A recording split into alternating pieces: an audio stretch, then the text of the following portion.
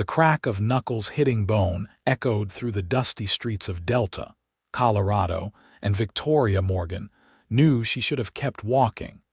But something fierce and unshakable had always burned inside her chest when she witnessed cruelty. It was late August in 1883, and the afternoon sun beat down mercilessly on the small cattle town, nestled at the confluence of the Uncompahgre and Gunnison rivers. Victoria had only been passing through the general store's entrance when she spotted 3 ranch hands circling a lone cowboy near the hitching post. The stranger was tall but lean, clearly outnumbered, and from the looks of his worn clothing and dusty boots, he was probably just a drifter passing through town. "We don't take kindly to strangers drinking from our water trough," one of the bullies snarled, shoving the cowboy backward. He stumbled but didn't fall, his hands raised in a peaceful gesture. "I meant no disrespect. My horse was thirsty, and I didn't see any sign saying it was private property," the stranger said, his voice calm despite the tension crackling in the air. Victoria's jaw tightened as she watched the largest of the 3 men, a brute named Carson Welsh who worked for the Triple K Ranch, grab the stranger's shirt collar. She knew Carson and his friends, knew they were the type who enjoyed making others feel small to make themselves feel powerful. "You calling us liars?" Carson growled, drawing his fist back. Before Victoria could think better of it, she marched forward, her skirts swishing around her ankles. "That's enough, Carson Welsh." All 4 men turned to stare at her. Carson's face twisted into an ugly expression. "This ain't your concern, Miss Morgan. Go back to your daddy's dry goods store. That water trough is public property, and you know it," Victoria said, planting herself between Carson and the stranger. She could feel her heart hammering against her ribs, but she kept her chin high. "You're just looking for an excuse to rough someone up because you're bored and mean-spirited." Carson's eyes narrowed dangerously. "You best watch your mouth, girl. Or what? You'll hit a woman in broad daylight in front of witnesses." Victoria gestured to the small crowd that had begun to gather on the wooden sidewalk. "I'm sure Sheriff Dawson would love to hear about that." The stranger behind her spoke quietly. "Miss, I appreciate what you're doing, but I don't want you getting hurt on my account." Victoria didn't turn around, keeping her eyes fixed on Carson. "I'm not going anywhere." For a long moment, tension hung thick as molasses in the air. Then Carson spat in the dust near her feet and stepped back. "This ain't over," he muttered before stalking away, his 2 companions following like loyal dogs. Victoria released a breath she hadn't realized she was holding. Her hands were trembling, so she clasped them together in front of her. "Thank you, miss," the stranger said, and Victoria finally turned to face him properly. He was younger than she'd initially thought, probably not much older than her own 21 years. His face was sun-bronzed and honest, with kind blue eyes that crinkled at the corners when he offered her a grateful smile. Dark hair curled slightly at his collar, and despite the dust coating his clothes, he stood with a quiet dignity that commanded respect. "What's your name?" Victoria asked. "Levi Randolph, madam, and I'm mighty grateful for your help, though I'm still not sure it was wise to make an enemy of those men on my behalf." "They were already my enemies," Victoria said with a slight shrug. "Carson Welsh has been a thorn in my side since we were children. He's never forgiven me for outshining him in the schoolhouse spelling bee when we were 12. Levi's smile widened, revealing straight white teeth. "Somehow that doesn't surprise me. You strike me as someone who doesn't back down easily."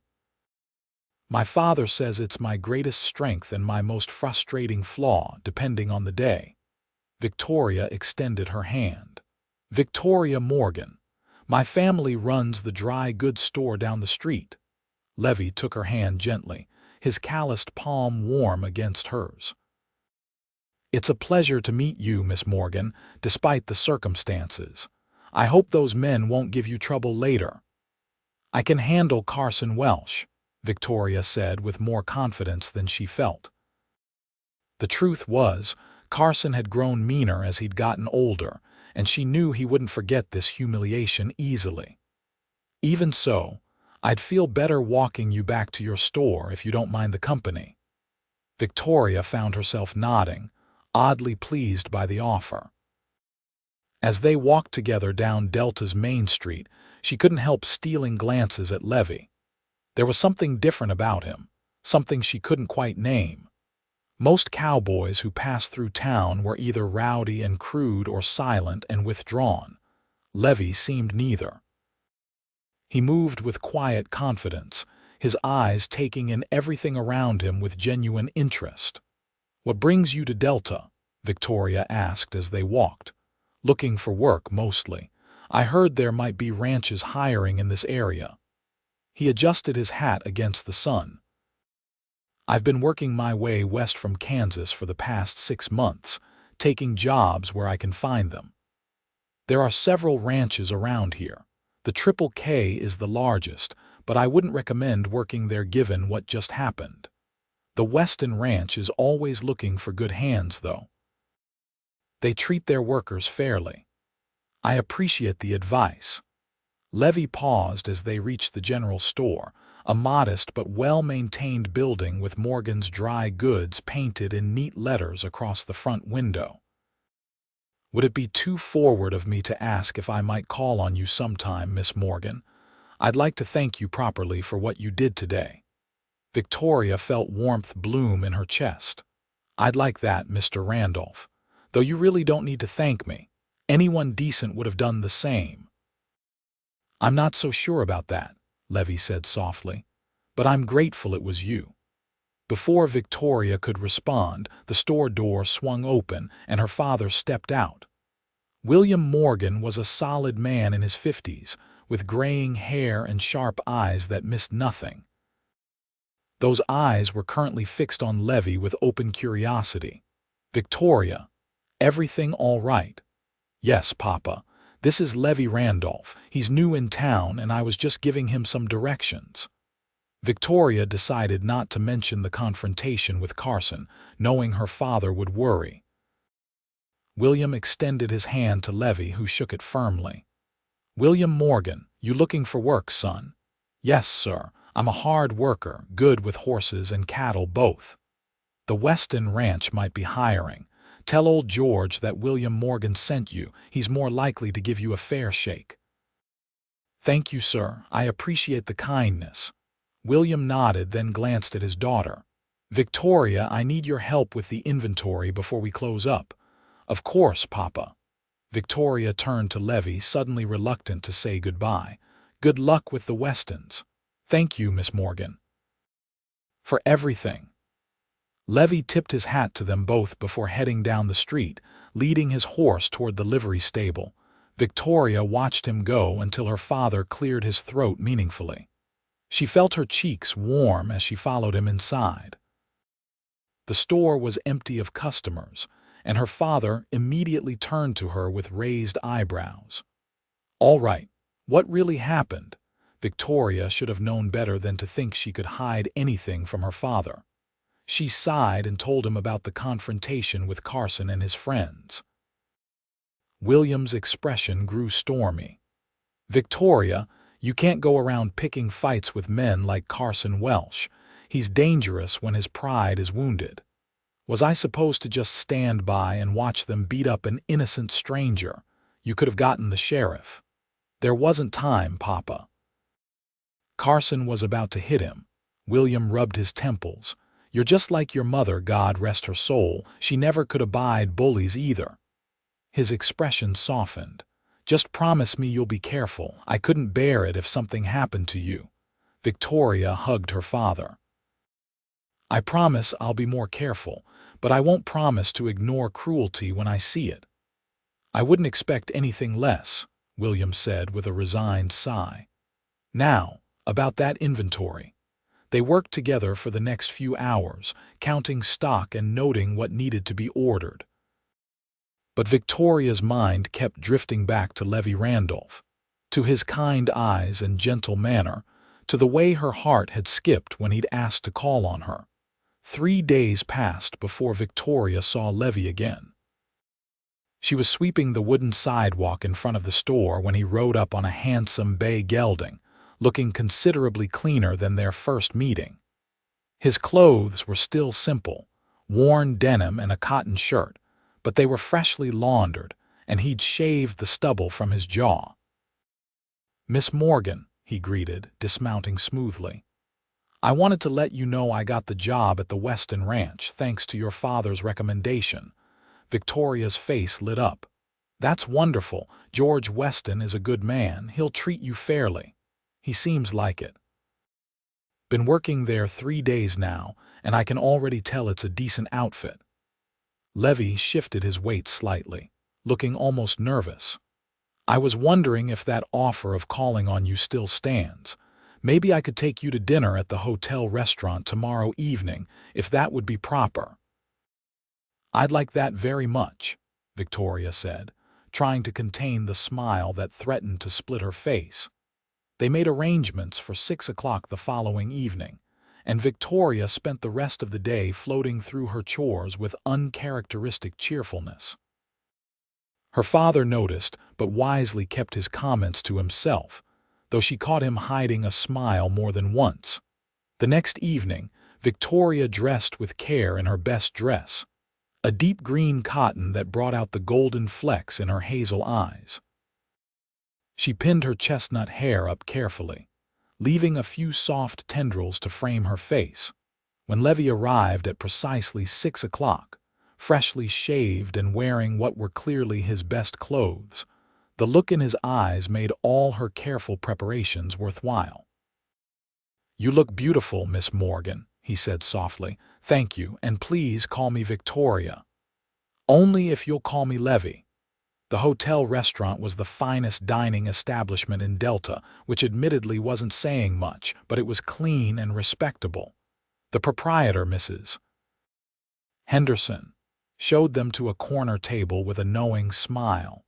Over plates of roasted chicken and potatoes, Victoria and Levi talked easily, discovering shared views on everything from books to politics to the changing face of the West.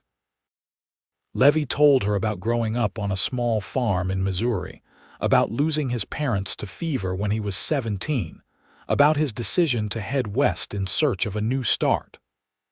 "I wanted to see what was beyond the horizon," he said, his eyes distant with memory. "Wanted to prove to myself that I could make my own way in the world." "And have you," Victoria asked, "made your own way? I think I'm starting to." His gaze focused on her face, warm and intent. Especially now. Victoria felt her breath catch. There was something in the way he looked at her, as though she were the most fascinating person he'd ever met. It made her feel seen in a way she never had before. She shared her own story, about growing up in Delta after her family moved there when she was 10, about losing her mother to consumption 3 years ago, about her dreams of maybe one day opening a school in town. "You'd make an excellent teacher," Levi said. "You have that quality about you, like you care about things, about people, like you want to make things better." "My mother used to say the same thing," Victoria said softly. "She believed education was the key to building a better world." Their conversation flowed so naturally that Victoria was startled when Mrs. Henderson came to tell them the restaurant would be closing soon. The evening had passed in what felt like minutes. Levi walked her home through Delta's quiet streets, now lit by scattered oil lamps. The late summer air was finally cooling, carrying the scent of sage from the surrounding hills. "I had a wonderful time tonight," Levi said as they reached her front door. "I hope we can do this again soon." "I'd like that," Victoria said. Then, feeling bold, she added, "You could come for Sunday dinner after church if you'd like. My father enjoys good company and he seemed to like you. I'd be honored." For a moment, they stood close together in the lamplight, and Victoria thought Levi might kiss her. Instead, he took her hand and brought it to his lips, his eyes never leaving hers. "Good night, Victoria." "Good night, Levi." She watched him walk away, her hand still tingling where his lips had touched it, her heart fuller than it had been in years. The next few weeks passed in a golden haze. Levi came for Sunday dinner and charmed her father with his honest manner and genuine interest in William's stories about the early days of Delta. He began calling on Victoria regularly, and she found herself looking forward to those visits more than anything else in her week. They took walks along the river in the evenings, talking about everything and nothing. Levi told her about his work at the Weston Ranch, about the horses he was training, about his growing friendship with some of the other ranch hands. Victoria shared her daily life, the amusing customers at the store, her efforts to gather enough books for a small lending library she was trying to start. "You're always thinking about others," Levi observed one evening as they sat on the riverbank, watching the sun set over the San Juan Mountains in the distance. "That's one of the things I admire most about you." Victoria leaned against his shoulder, comfortable with this physical closeness they'd developed. "My mother taught me that we're all connected, that when we help others, we help ourselves too." She sounds like she was an amazing woman. She was. You would have liked her, I think. She was always bringing home strays, human and animal both. Papa used to joke that she'd taken the whole world if she could. Levi's arm came around her shoulders. "And you're just like her."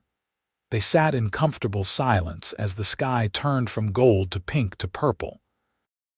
Victoria had never felt so content, so perfectly at peace. But that peace was shattered the following Saturday afternoon. Victoria was working in the store alone, her father having gone to the bank, when Carson Welsh walked in. She tensed immediately, keeping the counter between them. "What can I help you find, Carson?" she asked, keeping her voice steady and professional. Carson didn't look like he was there to shop. His eyes were cold and angry. "You've been making time with that drifter you stood up for." Levi is employed by the Weston Ranch, which makes him a productive member of this community, not a drifter. And my personal life is none of your concern. "Everything in this town is my concern," Carson said, moving closer to the counter. "My family built this place. We were here before yours came along." "The Welsh family has done well here," Victoria acknowledged carefully, trying to defuse the situation. "Now, if you're not here to make a purchase, I'm going to have to ask you to leave." "You humiliated me in front of half the town," Carson said, his voice low and dangerous. "Made me look like a fool. You humiliated yourself by bullying someone smaller than you. I just pointed it out. It was the wrong thing to say." Carson's face flushed dark red and he started around the counter. Victoria backed up, her hand fumbling for the rifle her father kept under the counter for emergencies. But she wasn't fast enough. Carson grabbed her arm roughly. "You need to learn some respect, girl. And that boyfriend of yours needs to learn to move on." "Let go of me," Victoria said firmly, refusing to show fear even as her heart raced. "Or what? You going to defend yourself like you defended him?" The door burst open and Levi strode in, his face dark with anger. "Get your hands off her." "Now." Carson released Victoria's arm and turned to face Levi. Well, well, the drifter shows up right on cue." "I said get your hands off her," Levi repeated, his voice deadly calm. "I won't say it again," Carson laughed. "You think you can take me, boy? I don't want to fight you. But if you ever touch Victoria again, you'll find out exactly what I can do." There was something in Levi's tone, a quiet certainty that made Carson hesitate. He looked between them, then spat on the floor. "You deserve each other. A bleeding heart and a nobody drifter." He shoved past Levi on his way out, deliberately bumping his shoulder. Levi didn't budge, his eyes following Carson until the door slammed shut. Then he turned to Victoria, his expression transforming from hard to concerned in an instant. "Are you all right? Did he hurt you?" "I'm fine," Victoria said, though her voice shook slightly. "He grabbed my arm, but I'm not hurt." Levi crossed the space between them and gently took her hand, examining the arm Carson had grabbed. There were red marks on her pale skin that would likely bruise. His jaw tightened. "This isn't fine, Victoria. He assaulted you. I know. But if I make a formal complaint, it will only make things worse. Carson's family has influence in this town."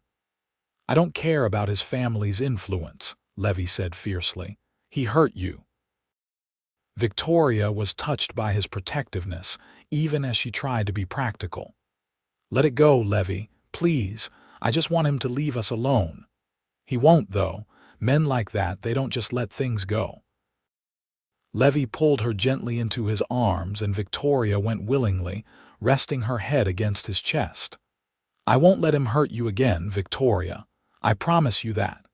"You can't always be here to protect me," Victoria murmured against his shirt. "Then I'll teach you to protect yourself. And I'll make sure everyone in this town knows that if they mess with you, they mess with me." Victoria pulled back slightly to look up at him. "Levi, I don't want you getting into fights because of me." "Too late for that," he said with a slight smile.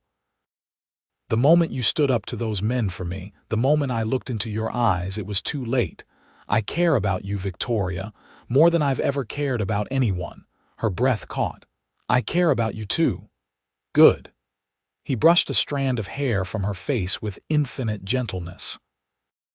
"Because I intend to be around for a long time if you'll have me."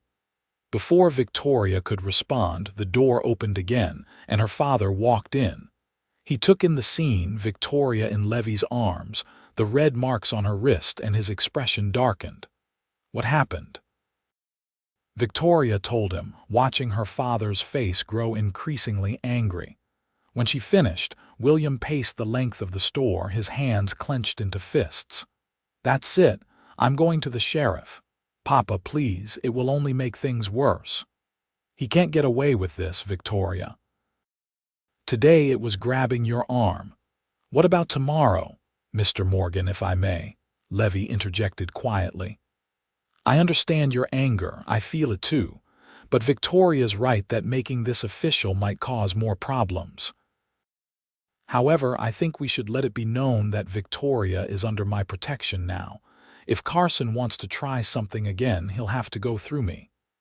William studied Levi for a long moment. "You care about my daughter."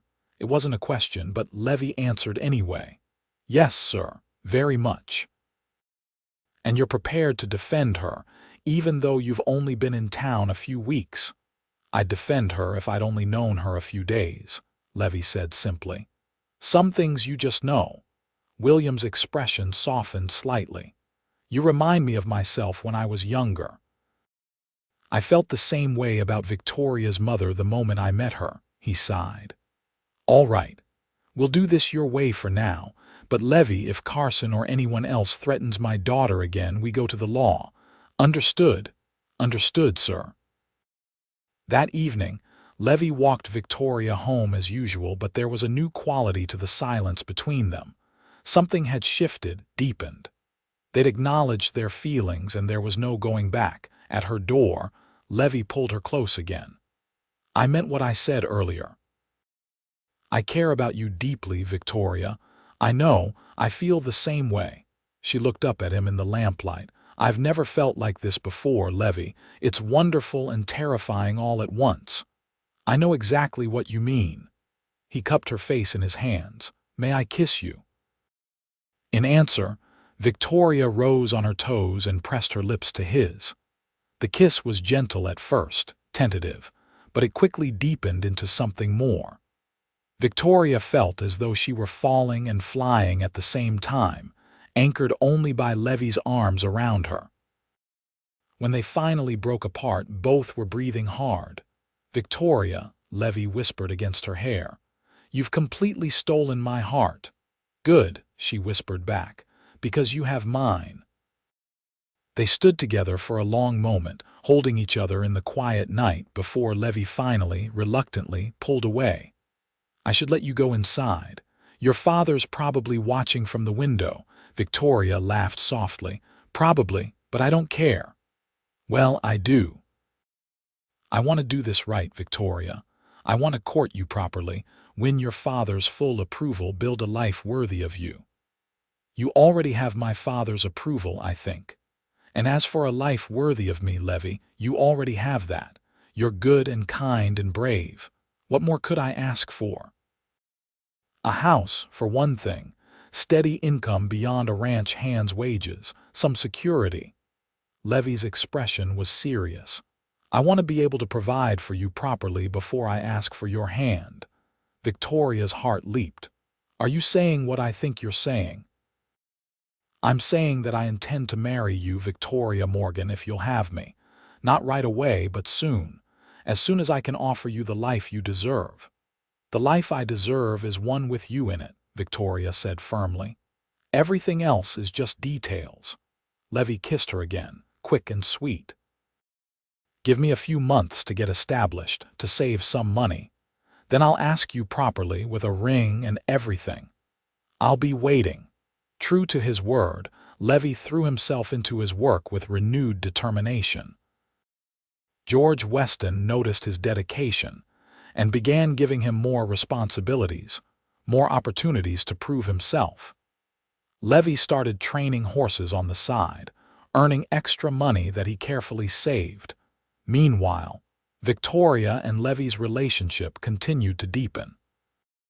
They saw each other whenever they could, stealing moments between work and obligations. Victoria's father gave his tacit blessing to the courtship, often inviting Levi to dinner or finding excuses for him to help around the store. Carson Welsh, true to Levi's prediction, didn't let things go.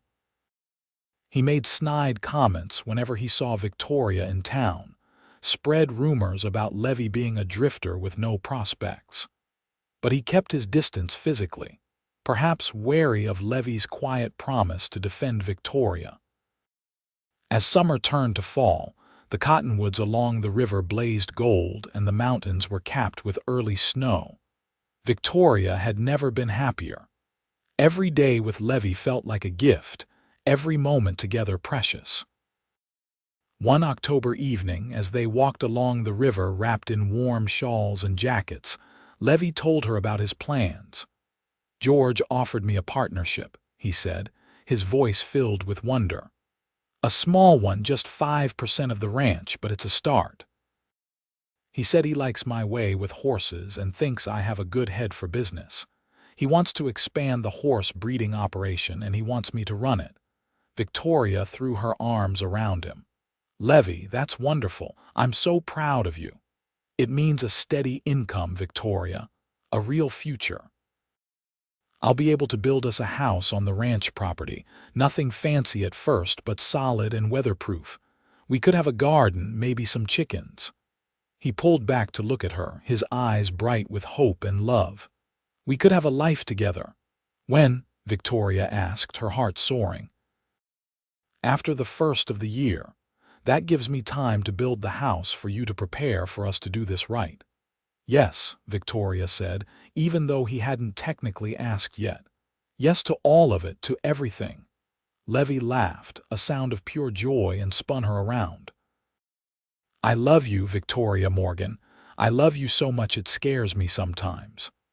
"I love you too, Levi Randolph, more than I ever thought possible." They sealed the promise with a kiss under the golden cottonwoods, the river singing its ancient song beside them. But their happiness was noticed by others, and not everyone was pleased. A week later, Victoria was closing up the store when Carson appeared again.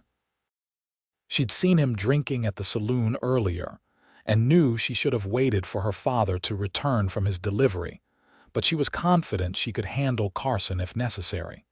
She was wrong. Carson was drunker than she'd realized, his eyes bloodshot and mean. Where's your protector now, Victoria? He's working, like decent men do, instead of spending their afternoons getting drunk. Victoria kept her voice steady, not moving from behind the counter. You think you're so much better than everyone else, don't you? Too good for the men who have lived here their whole lives, but willing to throw yourself at some nobody who wandered in off the prairie. Levi is twice the man you'll ever be, Carson. Now get out of my store. Make me, Carson said, starting around the counter. Victoria's hand found the rifle this time. She brought it up smoothly, pointing it directly at Carson's chest. I said get out, I won't tell you again. Carson stopped, but he didn't look worried. You won't shoot me, you're all talk, Victoria. Try me. For a tense moment they stared at each other.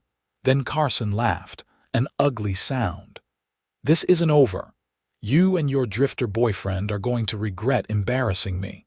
He stumbled out, slamming the door hard enough to rattle the windows. Victoria lowered the rifle with shaking hands. She'd never pointed a gun at another person before, and the reality of how close things had come to violence made her knees weak.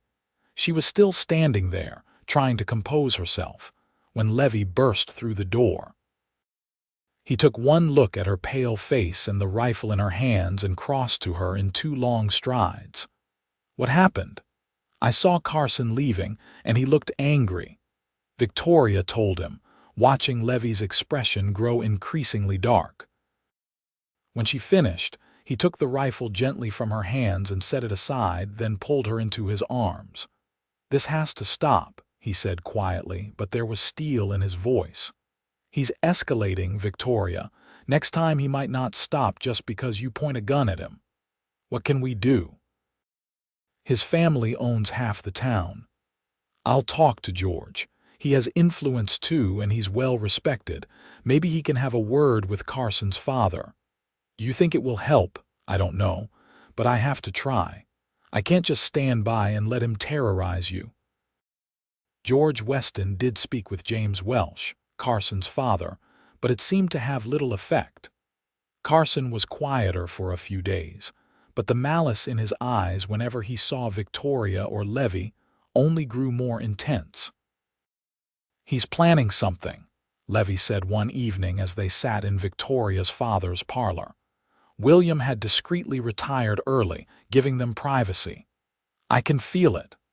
Maybe he'll just get bored and leave us alone, Victoria said, but she didn't believe it any more than Levi did. I'm going to start teaching you to shoot better, Levi said firmly, and to defend yourself. I won't always be there to protect you, Victoria, and I need to know you can protect yourself. Over the next few weeks, Levi kept his promise.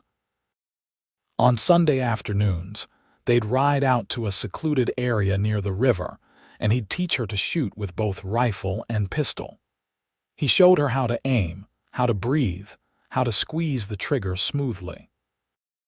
You're a natural, he said one afternoon, watching her hit the target dead center 3 times in a row.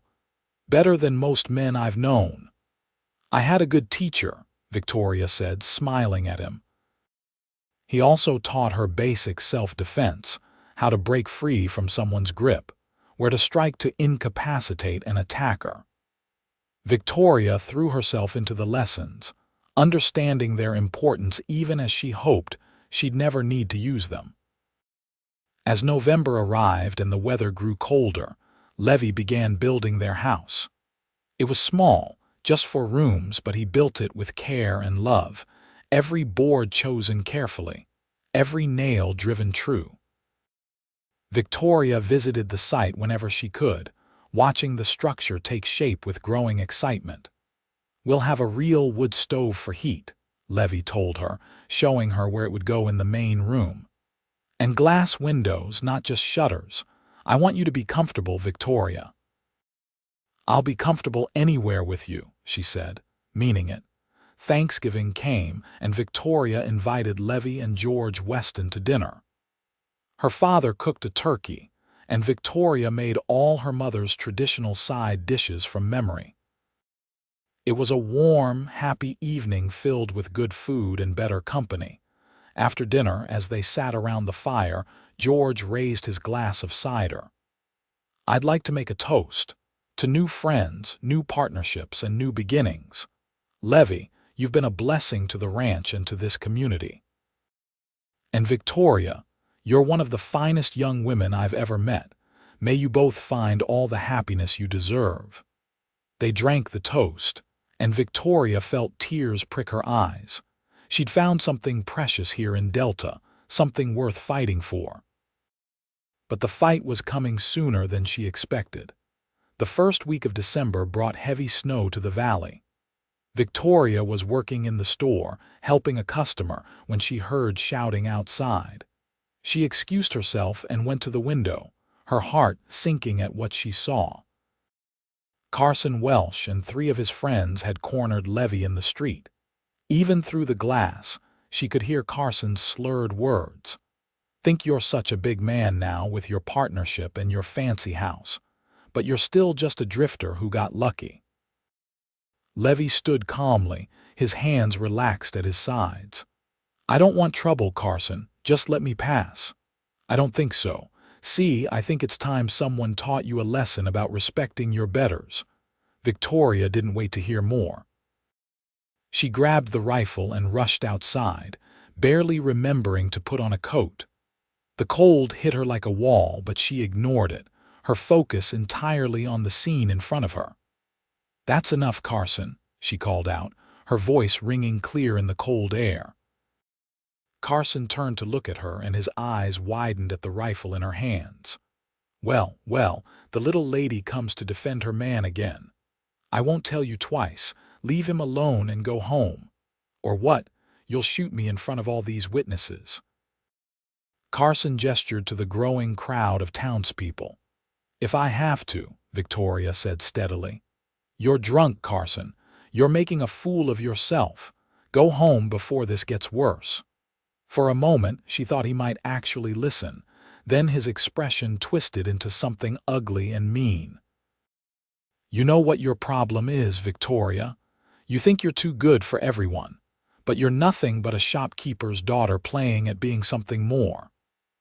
"That's enough," Levi said quietly, but his voice carried a warning. Carson ignored him, taking a step toward Victoria. "Maybe I should show you what a real man is like, instead of that drifter you've been throwing yourself at." It happened fast. Levi moved between Carson and Victoria in a blur of motion, his fist connecting with Carson's jaw with a solid crack. Carson went down hard in the snow. His friends rushed forward, and suddenly it was a brawl. Levi held his own admirably, his movements economical and effective, but he was still outnumbered. Victoria watched in horror as one of Carson's friends pulled a knife. She didn't think. She aimed the rifle at the sky and fired. The shot echoed through the street, and everyone froze. Into the sudden silence, Victoria's voice rang out clear and strong. "The next person who moves wrong gets the next bullet somewhere less friendly. Now, Carson, you and your friends are going to get up, get on your horses, and ride away. If I ever see you threatening Levi or anyone else in this town again, I will make sure you regret it. Am I making myself clear?" Carson struggled to his feet, blood trickling from his split lip. For a moment, Victoria thought he might charge at her anyway, drunk and furious as he was.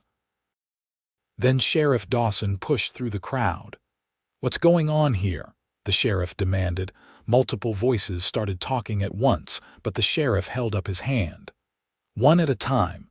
Miss Morgan, you're holding a rifle. Mind telling me why?" Victoria told the whole story, her voice steady despite her racing heart. When she finished, several townspeople stepped forward to confirm her version of events, including Mrs. Henderson from the hotel and Mr. Garrett from the bank. Sheriff Dawson turned to Carson with a disgusted expression. "Carson Welsh, you're a disgrace. Your father's going to hear about this, and so is the town council. Now get out of my sight before I arrest you for public drunkenness and assault." Carson and his friends slunk away, and the crowd slowly dispersed. The sheriff turned to Levi, who had a bruised cheek and split knuckles but was otherwise intact. "You all right, son?"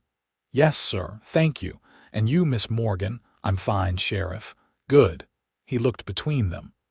"Though I'd suggest you both be careful. The Welsh family has a long memory." After the sheriff left, Victoria finally lowered the rifle, her hands beginning to shake now that the crisis had passed. Levi took the gun from her and handed it to her father, who'd come running at the sound of the shot.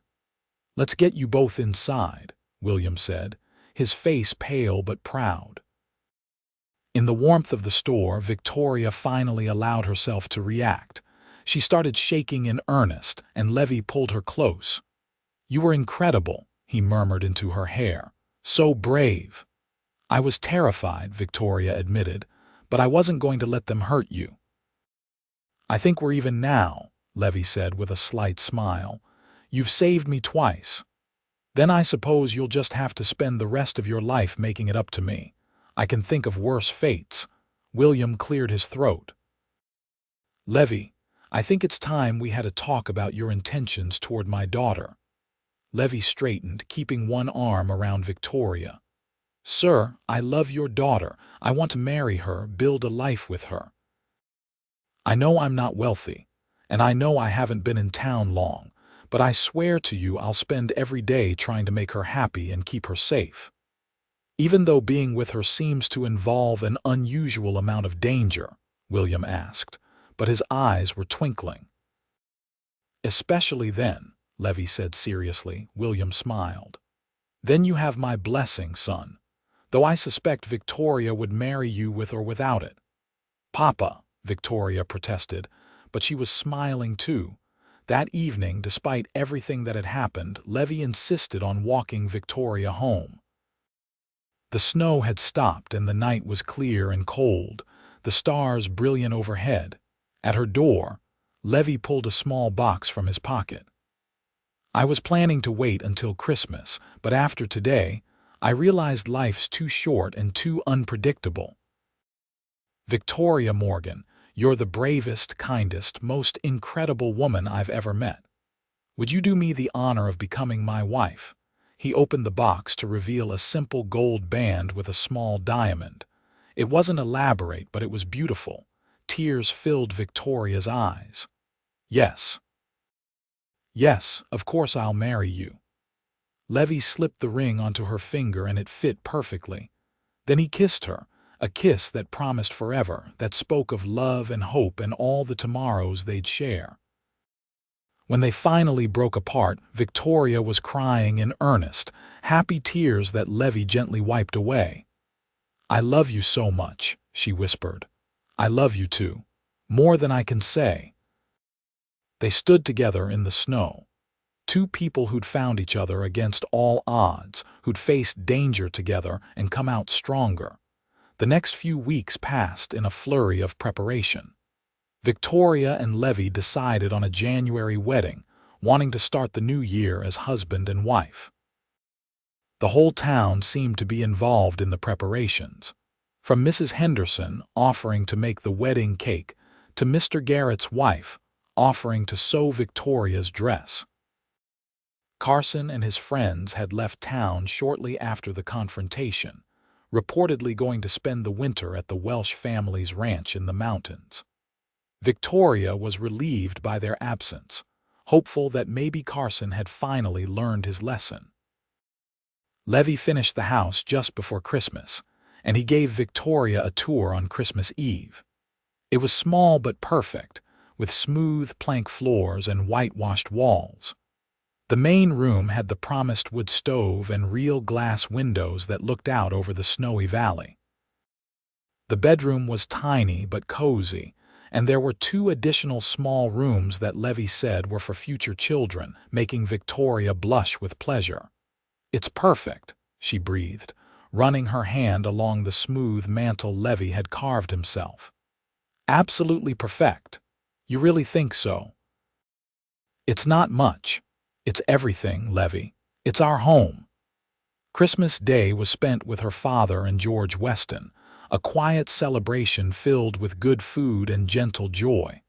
Victoria felt her mother's presence strongly that day, knowing she would have loved Levi would have approved of this match. As January arrived, bringing with it the wedding day, Victoria woke with a flutter of nerves and excitement. She dressed with her father's help, since she had no mother or sisters to assist her. The dress Mrs.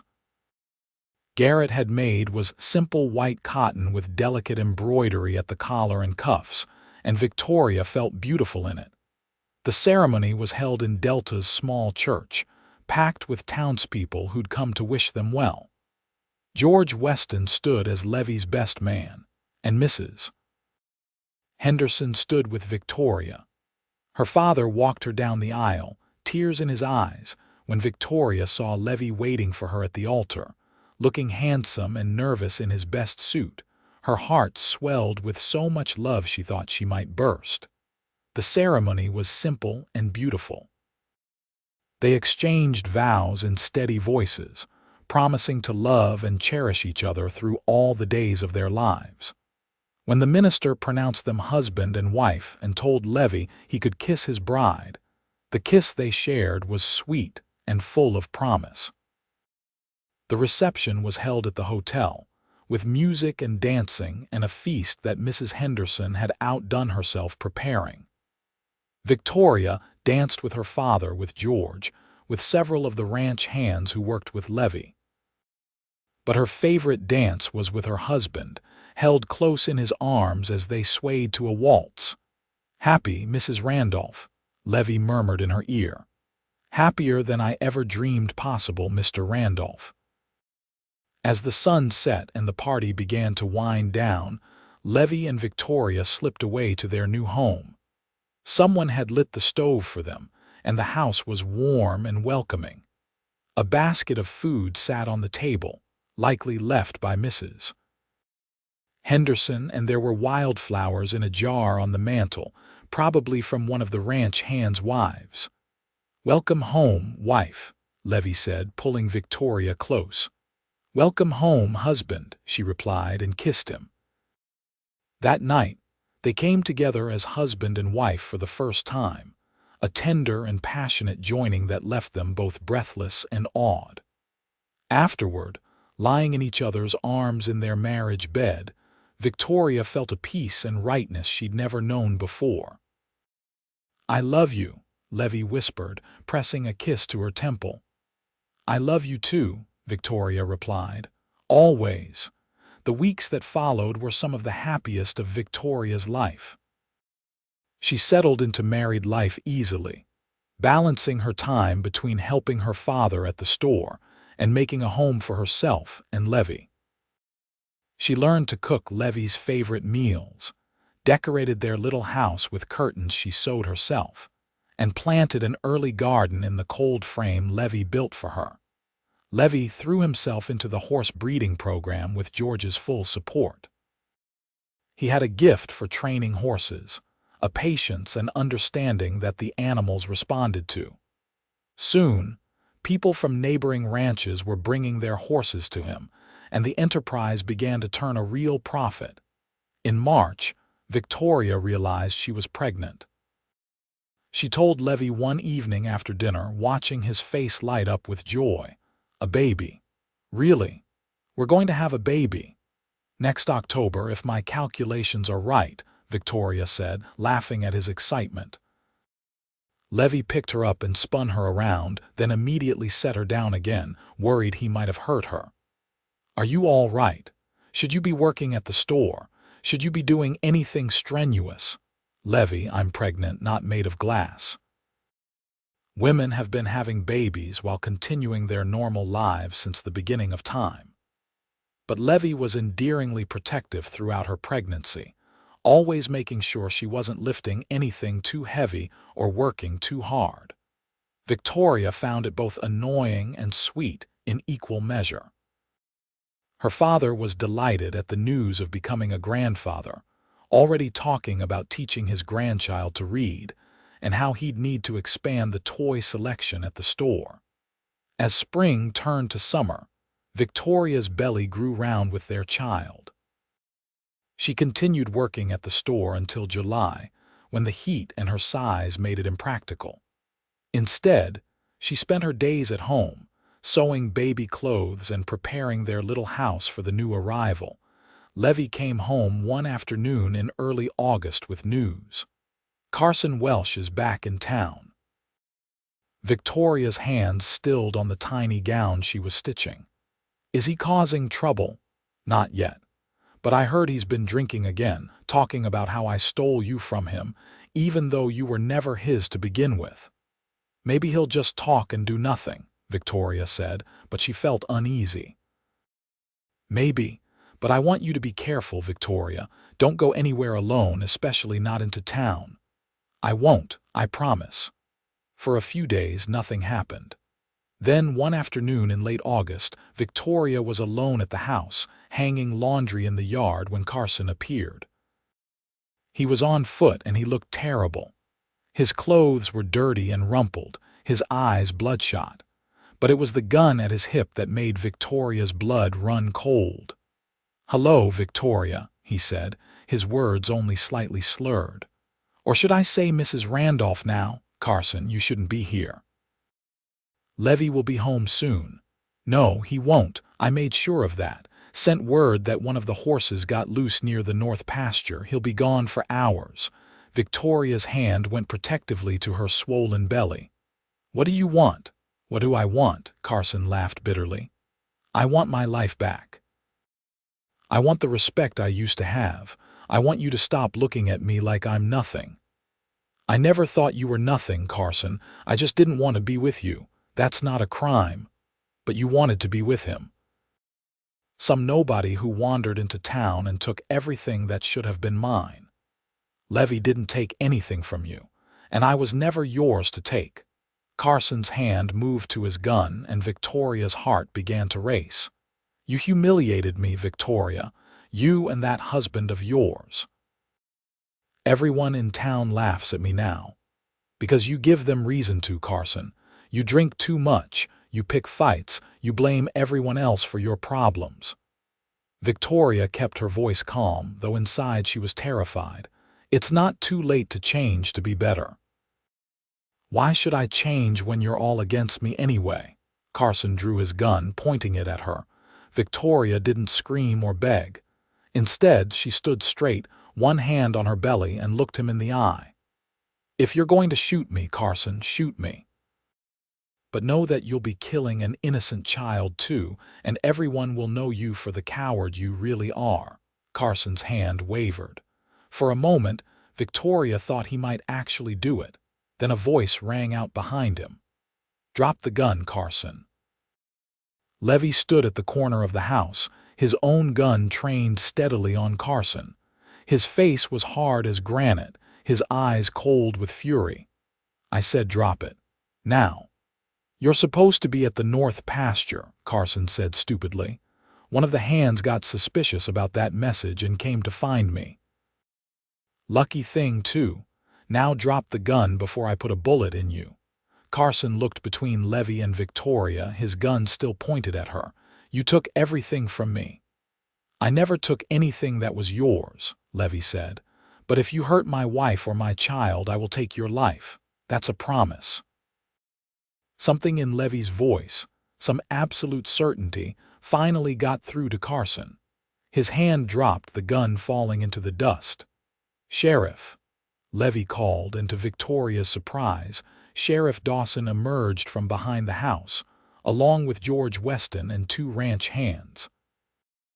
"We heard everything, Carson," the sheriff said, moving forward to collect the gun and put irons on Carson's wrists. "Threatening a pregnant woman with a gun. That's about as low as a man can get." Carson seemed to deflate, all the anger and bravado draining out of him. "I just wanted her to see me," he mumbled. "Just wanted to matter to someone." "Then you should have tried being a better person," Sheriff Dawson said without sympathy. "Come on. You've got a cell waiting for you." As they led Carson away, Levi rushed to Victoria, pulling her gently into his arms. "Are you all right, the baby?" "We're fine. I'm fine." But now that the danger had passed, Victoria began to shake. "How did you know?" Tommy, one of the hands, thought it was strange that someone would send word about a loose horse without coming to tell me directly. He rode to find me and we came straight back. I saw Carson heading this way and got the sheriff. Levi pulled back to look at her, his eyes filled with love and fear in equal measure. I'm so sorry, Victoria, I should have been here. You couldn't have known. And you came in time. That's what matters. George Weston approached, his face creased with concern. Victoria, dear, are you sure you're all right? Should we send for the doctor? I'm fine, truly, just shaken. Why don't you come stay with your father for a few days? George suggested. Just until this settles down. But Victoria shook her head. No. This is my home and I won't be driven from it by fear. Carson's in jail now. We're safe. Carson Welsh was tried and convicted of attempted assault with a deadly weapon. His father, ashamed and angry, disowned him. Carson was sentenced to 5 years in territorial prison, and Victoria finally felt like she could breathe freely again.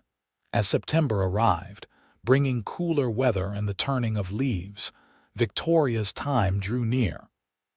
On a crisp October morning, she woke to the first pains of labor. Levi rode like the wind to fetch the doctor and Mrs. Henderson, who served as the town midwife, while Victoria's father came to stay with her. The labor was long and difficult, lasting through the day and into the night. But Victoria was strong, and she had Levi's hand to hold, his voice encouraging her through the pain. Finally, just as dawn broke on a new day, their son was born. He came into the world wailing his indignation, a healthy baby with Levi's dark hair and Victoria's hazel eyes. A boy, the doctor said, placing the squalling infant on Victoria's chest. A fine, healthy boy. Victoria looked down at her son, tears streaming down her face, and felt her heart expand with love so fierce it was almost painful. Levi leaned over them both, his own eyes wet with tears. He's perfect, Levi whispered. You're both perfect. They named him Thomas William after Levi's father and Victoria's, and he was immediately doted upon by everyone who met him. Victoria's father was a devoted grandfather. George Weston claimed to be an honorary uncle, and even the rough ranch hands turned gentle and silly around the baby. Victoria settled into motherhood with the same determination she brought to everything else. She nursed Thomas and changed him and walked the floor with him when he fussed. And through it all, Levi was there, a devoted father and husband who somehow managed to make her fall in love with him more deeply every day. As winter arrived again, blanketing the valley in snow, Victoria sat by the fire one evening with Thomas in her arms, watching Levi carve a wooden toy horse for their son. Are you happy? Levi asked, looking up from his work. Victoria smiled. Happier than I ever imagined I could be. You've given me everything, Levi. No, he said, setting down the carving and coming to sit beside her. You've given me everything. A home, a family, a purpose. Before I met you, I was just drifting, looking for something I couldn't name. But you were what I was looking for all along. He kissed her softly, careful not to wake the baby sleeping in her arms. I love you, Victoria Randolph. And I love you, Levi Randolph, always and forever. The years that followed were good ones. The horse breeding program Levi ran became known throughout Colorado, and people came from as far as Denver to buy his horses. Levi's partnership stake in the ranch grew, and their financial security grew with it. They had 2 more children, a daughter they named Sarah Grace when Thomas was 3, and another son, Jacob Henry, 2 years after that. Their little house grew crowded, so Levi built an addition, giving them more space for their growing family. Victoria continued to help her father at the store, bringing the children with her when they were small, teaching them to count with buttons and read with the books she'd collected for her lending library, which had grown into a proper community resource. Her father eventually retired, turning the store over to Victoria and Levi to run together. William spent his remaining years playing with his grandchildren and telling them stories, happy and content. George Weston, true to his word, increased Levi's partnership stake over the years until Levi owned a quarter of the ranch. When George passed away peacefully in his sleep at the age of 78, he left another quarter to Levi in his will, making him half owner of one of the most successful ranches in western Colorado. Carson Welsh served his sentence and was released, but he never returned to Delta. Rumor had it he'd gone to California, looking for a fresh start. Victoria hoped he found some peace. As the 19th century drew to a close and a new one began, Victoria and Levi watched their children grow. Thomas became a skilled horseman like his father, with a good head for business. Sarah was smart and fierce, reminding everyone of her mother at the same age. And Jacob was gentle and bookish, preferring reading to ranching, though he loved the land as much as any of them. On their 20th wedding anniversary, Levi took Victoria back to the spot by the river where he'd first told her he loved her. The cottonwoods still stood golden in the fall light, the river still sang its ancient song. 20 years, Victoria marveled, her hand in his. It feels like both forever and no time at all. I'd live it all over again, Levi said. Every moment, every struggle, every joy, it was all worth it to end up here with you. Even the part where Carson held a gun on me. Well, maybe not that part, Levi admitted. That still gives me nightmares sometimes. Victoria leaned against him, comfortable and content. We've had a good life, haven't we? The best life. And it's not over yet. We've got years ahead of us still, years to watch our children grow, to meet our grandchildren, to grow old together. I can't think of anything I'd rather do than grow old with you. They stood together as the sun set. Two people who'd found each other in the dusty streets of a small Colorado town, who'd faced danger and emerged stronger, who'd built a life and a family through love and determination. As they walked back to their house, lights glowing warm in the windows, laughter drifting out to greet them, Victoria reflected on the strange twists of fate that had brought them to this moment.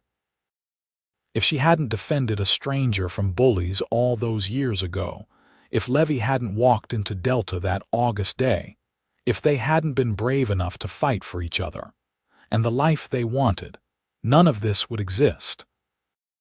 Their children were waiting for them at home, having gathered to celebrate their anniversary. Thomas was there with his new wife, Mary, whom he'd married the previous spring. Sarah had come from Denver, where she was attending college, one of the few women in her class. And Jacob was there with his books and his gentle smile, talking about his plans to become a teacher. The table was laden with food, a feast prepared by all of them working together. They ate and talked and laughed, sharing stories and memories, celebrating not just the anniversary but the life they'd all built together. Later, after the children had left and the house was quiet again, Victoria and Levi sat together by the fire, just as they had on so many other nights over the years. "Tell me again how we met," Victoria said, even though she knew the story by heart. Levi smiled and pulled her close. "Well, I was being a fool, drinking from a water trough that apparently belonged to some very territorial cowboys. And then this beautiful, fierce woman came marching up and put herself between me and 3 men twice her size. I thought you were going to get hurt. I probably would have if not for you. You saved me that day, Victoria, and you've been saving me ever since. And you've been defending me," Victoria said softly, "just like you promised you would." "Always," Levi said, "through everything, always." They sat in comfortable silence, watching the flames dance, thinking about all the years behind them and all the years still to come. The wind outside carried the scent of snow, promising another Colorado winter, but inside they were warm and safe and loved. Thomas William Randolph arrived the next summer, their first grandchild, named after his father and great-grandfather. Victoria held the tiny baby in her arms and saw the future stretching out before her, full of possibility and promise. More grandchildren would follow, she knew, each one precious and loved. Levi stood beside her, his arm around her waist, and together they looked down at the newest member of their family. "He's got your eyes," Victoria said, "and your stubbornness, I'll wager, if he takes after his father." Victoria laughed, the sound full of joy. "I wouldn't have it any other way." As the years continued to pass, Victoria and Levi remained active parts of Delta's community. They expanded the ranch, invested in the town's growth, and watched Delta transform from a rough cattle town into a thriving community with schools and churches and businesses. Victoria's lending library grew into a proper public library, housed in a building that Levi helped fund. The school she'd always dreamed of opening became a reality, with Jacob serving as its first headmaster. They traveled occasionally, taking the new railroad lines to visit Denver and Colorado Springs, even making a trip to San Francisco once. But they always came back to Delta, to the valley and the rivers and the mountains they loved. On quiet evenings, they'd sometimes ride out to the river, just the two of them, and remember the people they'd been when they first met. Young and uncertain, full of dreams and fears, not knowing how their lives would unfold. "Would you change anything?" Victoria asked once, as they sat watching the sunset paint the mountains gold and purple. "If you could go back, knowing what you know now." Levi was quiet for a moment, thinking. "No," he finally said. "Not a single thing. Every choice we made, every challenge we faced, every moment of joy and sorrow, they all led us here. And here is exactly where I want to be." Victoria squeezed his hand, these hands that had built their house, raised their children, held her through grief and joy alike. These hands that had worked hard every day for 40 years, providing for their family, creating beauty and purpose. "I love you, Levi Randolph. Just as much today as the day I married you. More, even. And I love you, Victoria.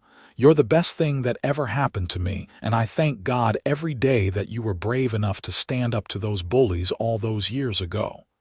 And I thank God you were brave enough to love me back."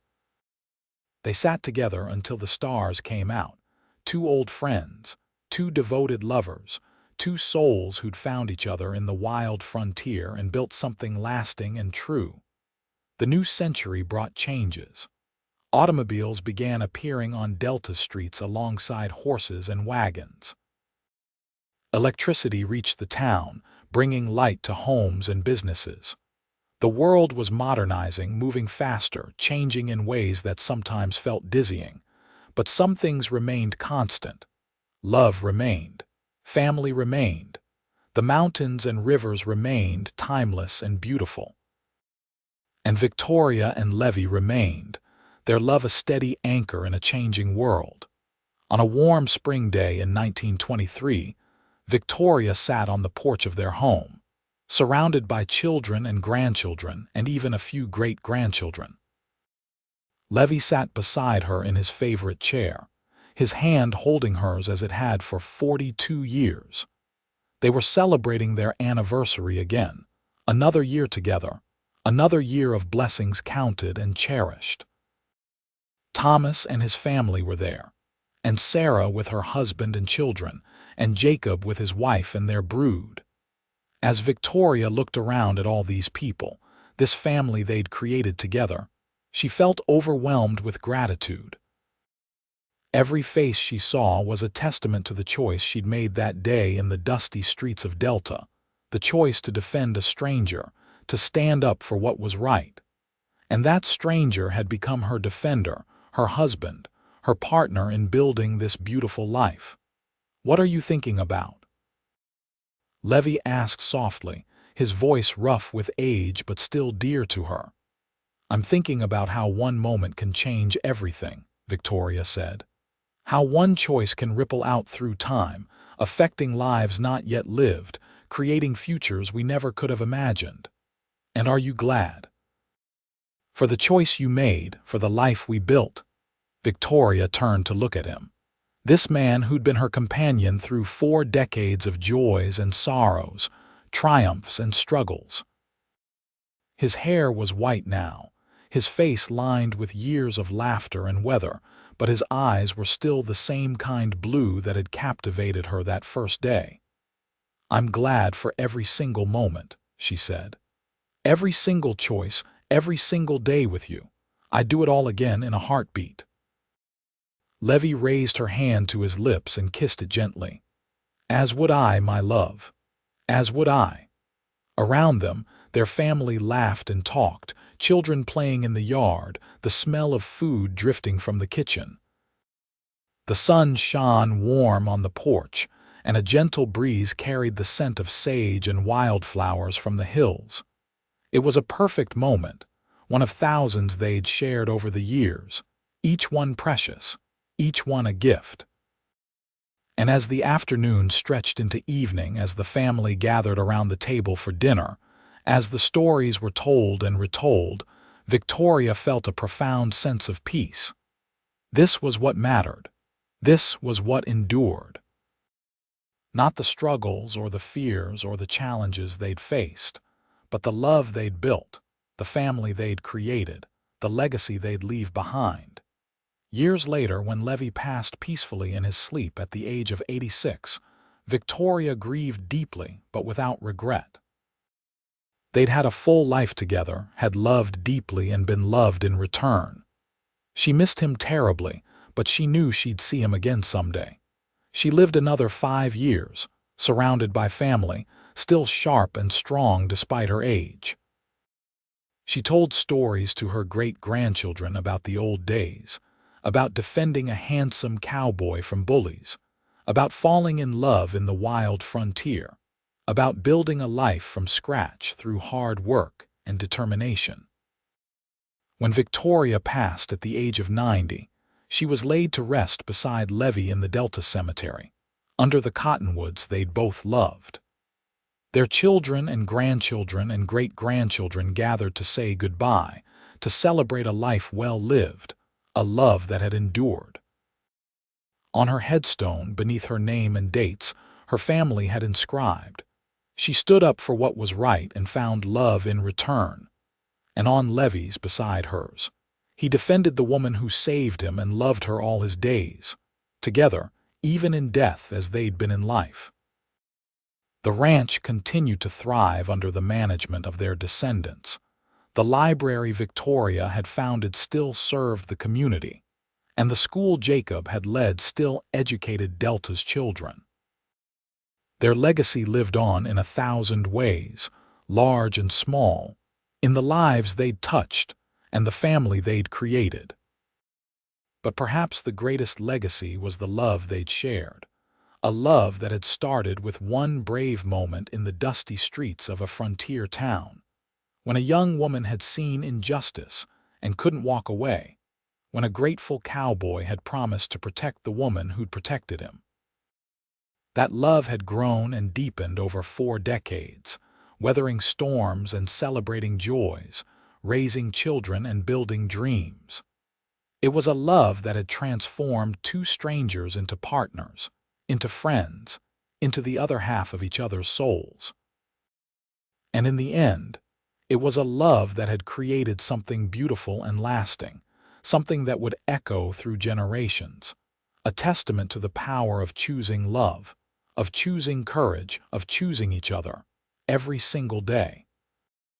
In Delta, Colorado, where the Uncompahgre and Gunnison rivers still meet, where the mountains still rise magnificent against the sky, where the sage still scents the air with its sharp perfume, the story of Victoria and Levi is still told. It's become part of the town's history, a reminder that the greatest adventures often start with the simplest acts of courage, and that love, true love, is always worth fighting for. Their house still stands, lovingly preserved by their descendants, a museum now where visitors can see how people lived in the late 1800s, can hear the story of the brave young woman and the cowboy she saved, can understand that even in rough times, in frontier towns far from civilization, love could bloom and flourish and create something enduring. And sometimes, on quiet evenings when the light is just right, locals say you can see two figures walking by the river, hand in hand, two souls still together, still in love, still defending each other through eternity. It's just a story, of course, the kind of romantic tale people like to tell about the past. But then again, Victoria and Levi's whole life together started with one moment that seemed impossible, with one act of bravery that changed everything. Who's to say what's possible when love is involved? Their story serves as a reminder that the choices we make matter, that standing up for others can change not just their lives but our own, that sometimes the person we save becomes the person who saves us in return. It's a reminder that love isn't just about grand gestures but about showing up every day, about choosing each other through the good times and the bad, about building something together brick by brick, day by day, year by year. Victoria and Levi's love story didn't end with their deaths. It lives on in every descendant who carries their legacy, in every visitor who hears their tale and feels inspired to be braver, to love more deeply, to stand up for what's right even when it's hard. Their story is a testament to the Wild West, not just as a place of danger and adventure, but as a place where people from different backgrounds could meet and fall in love, where new lives could be built from nothing, where courage and determination could create lasting legacies. It's a reminder that every great love story starts with a single moment, a single choice, a single act of bravery. For Victoria and Levi, that moment came on a dusty street in August 1883, when a young woman saw injustice and couldn't walk away, when a grateful stranger promised to defend the woman who defended him. And from that single moment, a lifetime of love grew, a family was created, a legacy was born. A legacy that reminds us all that love, real love, the kind that lasts and endures and transforms lives, is always worth fighting for, always worth standing up for, always worth choosing every single day for as long as we live.